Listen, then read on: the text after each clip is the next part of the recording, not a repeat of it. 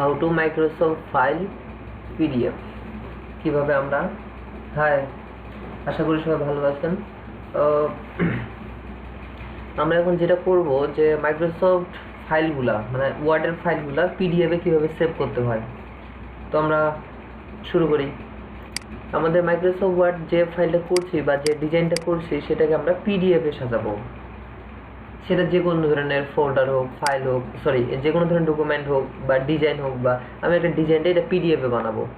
তো আমরা নর্মালি কি করি যে এই ফাইলে যাওয়ার পরে এখান থেকে সেভ এসে যাই, সেভ এসে যাওয়ার পরে ব্রাউজারে যাই, দেন আমরা কি করি যে আমাদের যেখানে সেভ করা লাগবে সেই জায়গায় চলে যাই। তো আমি দেন এই ডেস্কটপে সেভ রাখবো, এটাকে দিয়ে দিলাম হলো ডিজাইন,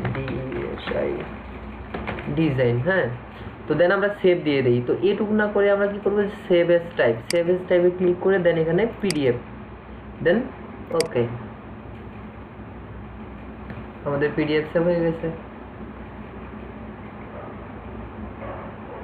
আমাদের ফাইলটা পিডিএফ সেভ হয়ে গেছে।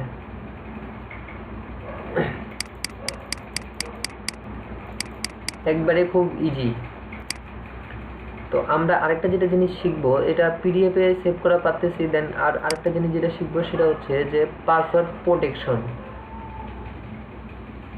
ফাইলে যাব, ফাইলে যাওয়ার পরে সেভ এসে যাওয়ার পরে দেন আবার ব্রাউজার দেন হচ্ছে আমরা যদি ওয়ার্ড ফাইলটাকে পিডিএফে রাখবো, এটা দেবো PASSWORD পাসওয়ার্ড। হ্যাঁ, এটা দেওয়ার পরে আমরা এখানে লোকেশন সেট করে দেবো, দেন টুলসে যাব, জেনারেল অপশন যাওয়ার পরে পাসওয়ার্ড টু ওপেন, এখানে আপনাদের ইচ্ছা মতো পাসওয়ার্ড দিয়ে দিবেন। পাসওয়ার্ড দেওয়ার পরে দেন ওকে, রিপাসওয়ার্ড, আর যেটা পাসওয়ার্ড দিয়েছিলেন ওই পাসওয়ার্ডটা দিবেন, দেন ওকে, দেন সেভ। ওকে হয়ে গেছে, এটা কেটে দেন।